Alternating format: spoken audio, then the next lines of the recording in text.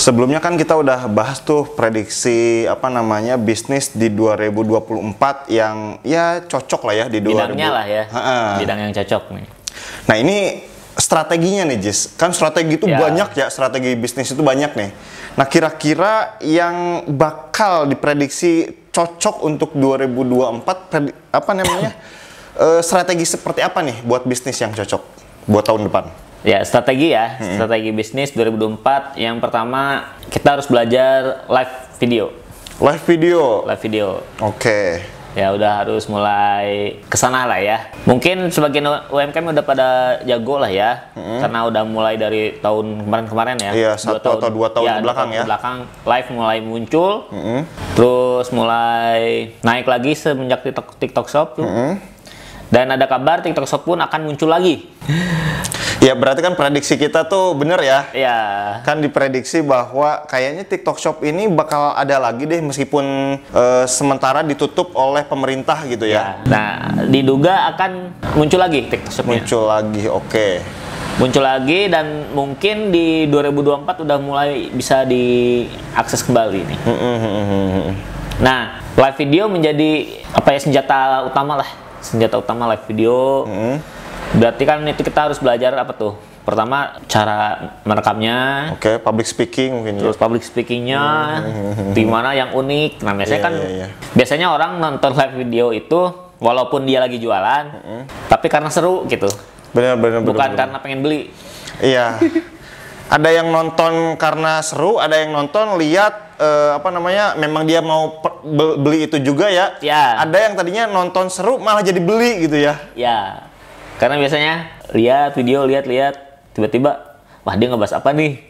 Wah rame nih ngomongnya misalkan, atau mungkin gara-gara orang Indonesia itu suka nimbrung mungkin. Ya. Jadi ketika ada yang apa nih? Kok lucu gitu cara ngomongnya atau wah kok seru dia ngomongnya gitu.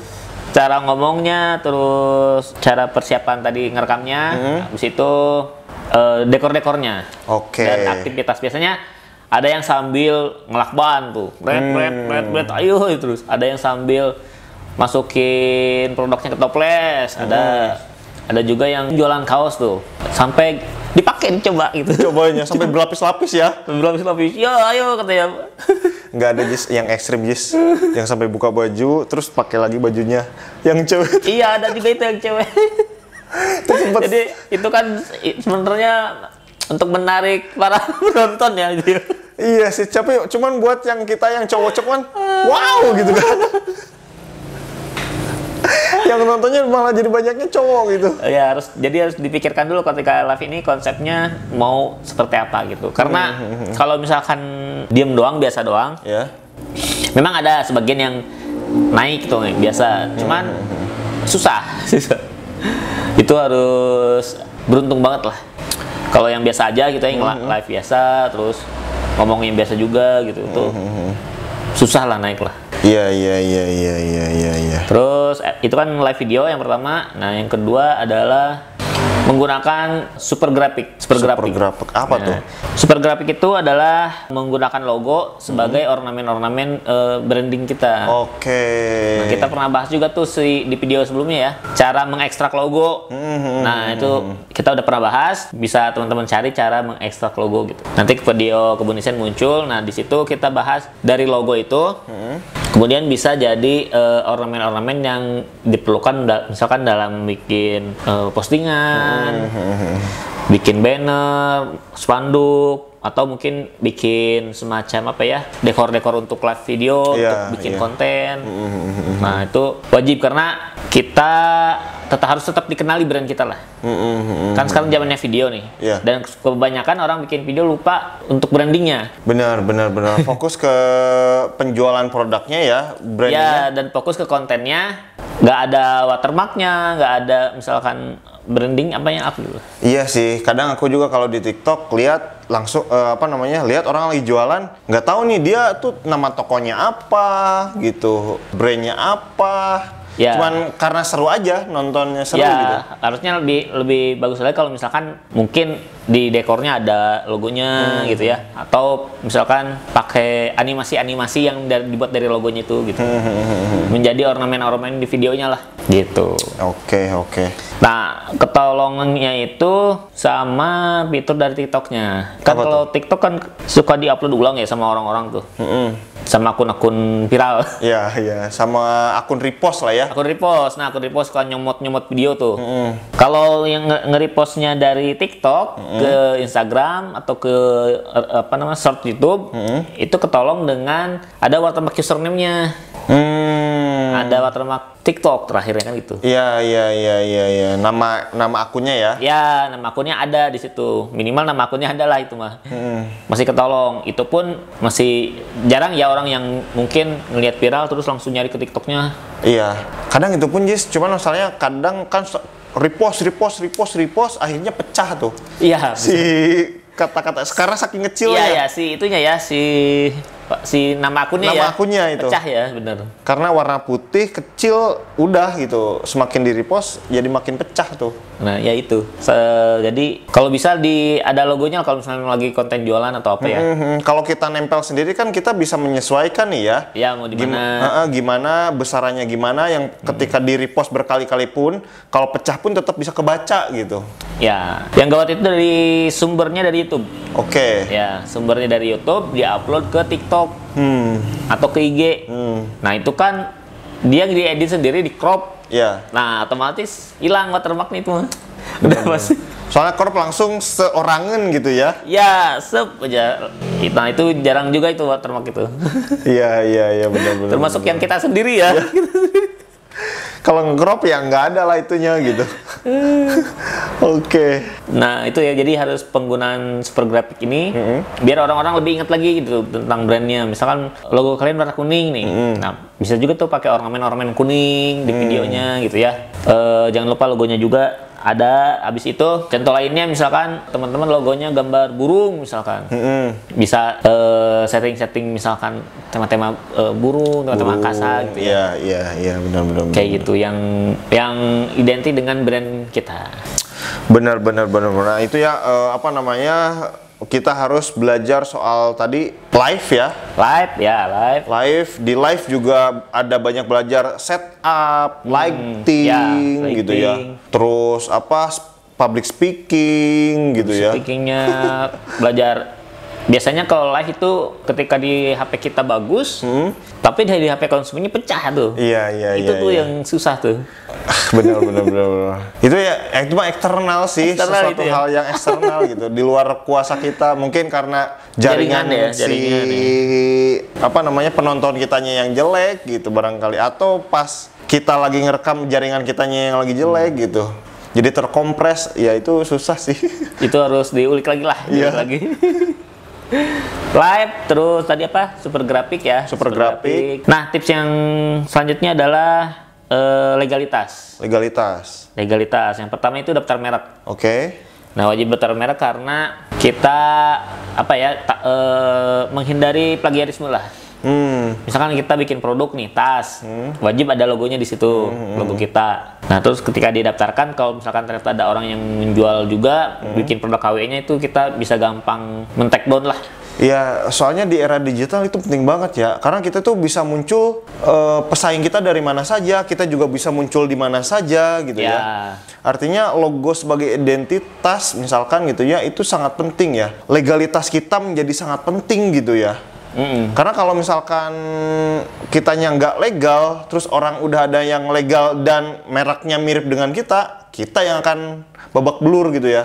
Ya, benar. Dan sebenarnya daftar merek ini tidak 100% langsung menghilangkan produk KW atau plagiat dari produk kita misalkan. Tapi kita bisa mudah untuk mengklaim sebenarnya. Iya. Karena kalau misalkan produk KW kan baru kelihatan kalau produk KW-nya udah rame. Jadi kita kalau ada orang nih bikin produk KW dari kita nih, awal-awal nggak bakal kelihatan tuh, nggak bakal ketahuan. Karena nanti kalau misalkan si produk KW-nya tuh udah rame, baru ketahuan. Iya, benar. Biasanya gitu. Benar.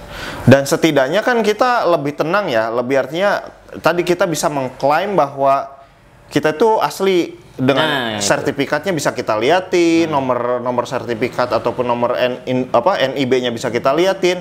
Dan kalau orang itu misalkan ada masalah juga gitu ya, belinya di mana? Oh, di toko ini. Oh, itu mah bukan toko saya. Ini toko saya mah ini udah ada sertifikatnya, udah ada NIB-nya gitu kan. Jadi jaminan lah ya. Jadi jaminan gitu. Dan konsumen pun udah pinter lah zaman sekarang lah. Nah itu, masalahnya konsumen kita juga udah makin pinter, bisa mendetek membedakan lah.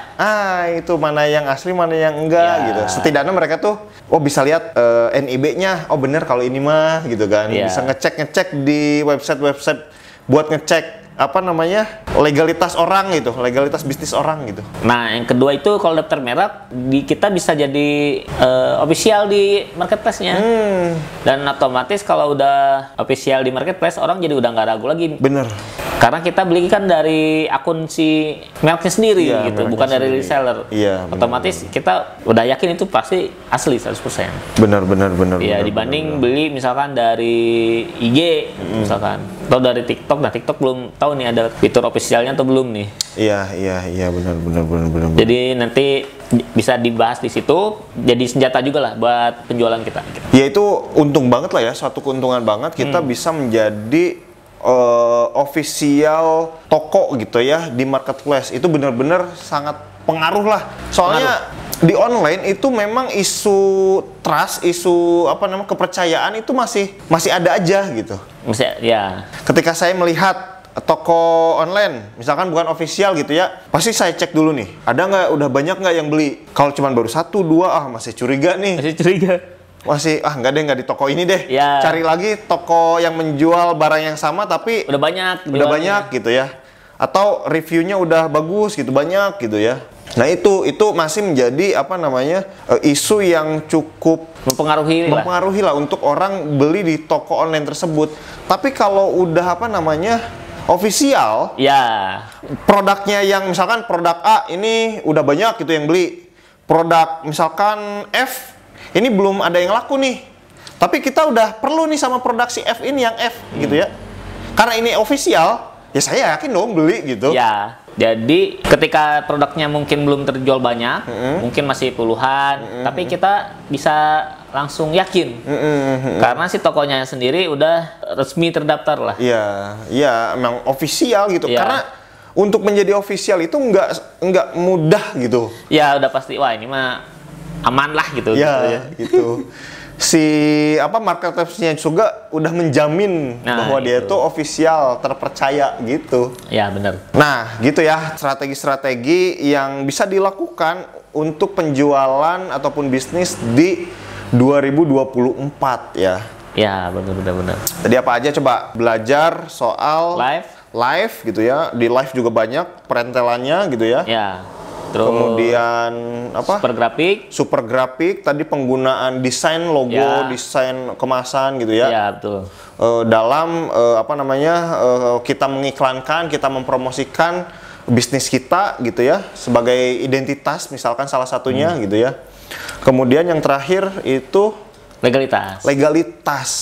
Itu strategi yang bikin orang makin percaya gitu ya di era digital seperti sekarang kayak gitu. Dan ini bisa dipakai di berbagai media lah, misalnya mau di TikTok, mau di Shopee, mau di Tokopedia, atau misalkan jualan sendiri di Instagram, Facebook. Nah, ini tuh bisa masuk lah ke berbagai sosial media nih, cara ini gitu.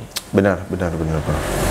Nah gitu ya, kalau suka dengan video ini silahkan di like, di komen, juga di subscribe. Serta karena kita ini juga pebisnis gitu ya, studio desain, tentu aja kita jualan desain. Iya, kita jualan juga. Kita mulai dari jualan desain logo, desain kemasan, terus desain iklan, desain video ya. Bisa order ke nomor yang ada di bawah ini. Iya, cocok banget buat strategi yang tadi tuh, yang nomor 2 ya. Bisa bikin kontennya dulu ya, baru nanti teman-teman upload di sosial media. Iya. Nah, kita juga menyediakan jasa pendaftaran merek, pendaftaran NIB, izin edar, dan lain-lain itu bisa juga. Nah, itu cocok dengan strategi yang ketiga. Nah, kayak gitu ya teman-temannya. Kita akan fasilitasi teman-teman kalau memang memerlukan 2 hal tersebut tadi ya, desain untuk bisnisnya, dan legalitas untuk bisnisnya gitu. Kita bisa bantu teman-teman buat daftar kayak gitu ya. Oke, sampai jumpa di video kita selanjutnya. Bye bye.